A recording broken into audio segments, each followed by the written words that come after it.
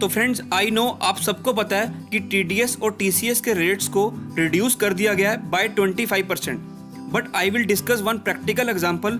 If suppose your invoice date is before 14th May 2020, तो उस case में TDS और TCS रेट किस रेट पर एप्लीकेबल होगा। मतलब अगर आपने कोई इनवॉइस ऑलरेडी पेमेंट कर दिया है या आपने अभी तक उसकी पेमेंट नहीं की 14 मई से पहले और उसकी बुकिंग अभी करनी बाकी है, तो उस केस में TDS किस रेट पर डिडक्ट होगा। So let's start and discuss. इस प्रेस कॉन्फ्रेंस का लिंक आपको डिस्क्रिप्शन बॉक्स में मिल जाएगा। होम लोन सब्सिडी पर वीडियो आई बटन पर लिंक कर दी है, आप जाकर देख सकते हो।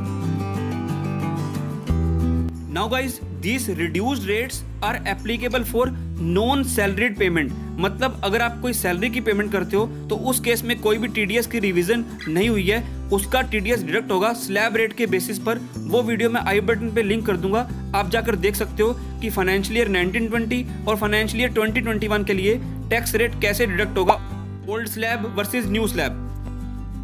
So now these reduced rates are applicable if you are making payment to resident। मतलब अगर आप किसी नॉन रेजिडेंट को पेमेंट करते हो तो उसमें कोई भी चेंज नहीं है, आपके जो एग्जिस्टिंग रेट्स हैं वही एप्लीकेबल होंगे। So these revised rates are applicable for contract, professional fees, interest, rent, dividend, commission, brokerage, and these shall be applicable for the remaining part of the financial year 2021। That is from tomorrow। Tomorrow मतलब ये 13 मई को आई थी और ये revised rates applicable हो रहे हैं 14th May 2020 से टू 31st March 2021 तक। इसके बाद कोई भी इनवॉइस आप बुक करोगे तो उस केस में फिर से वही रेट लगेंगे जो एग्जिस्टिंग रेट्स हैं। So now let's move on to the chart which is released by CBDT।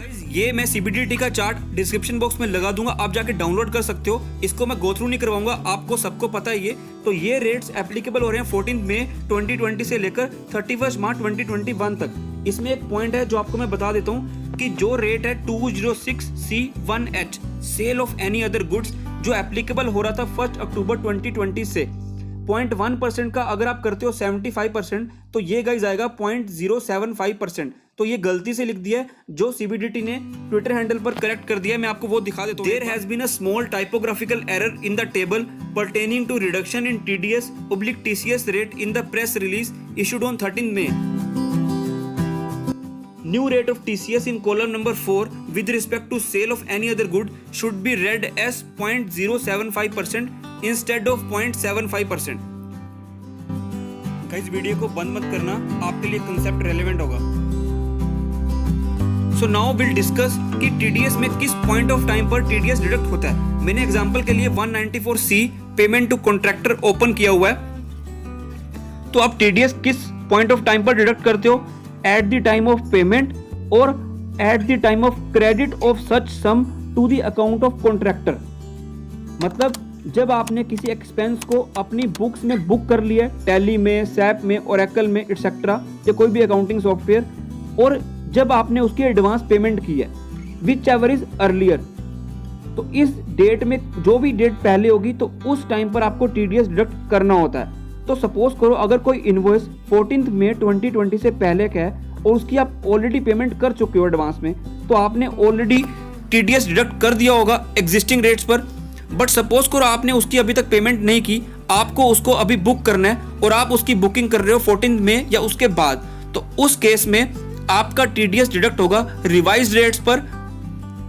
Although उसकी इनवॉइस की डेट 14 मई से पहले की है, बट उसको आप बुक अभी कर रहे हो अपनी बुक्स में, तो उसका TDS डिडक्ट होगा रिवाइज रेट्स के ऊपर। सो आई होप आपको एनालिसिस अच्छी लगी होगी। अगर वीडियो अच्छी लग रही है तो प्लीज लाइक करना और चैनल को सब्सक्राइब करना। Till then thank you very much, have a nice day.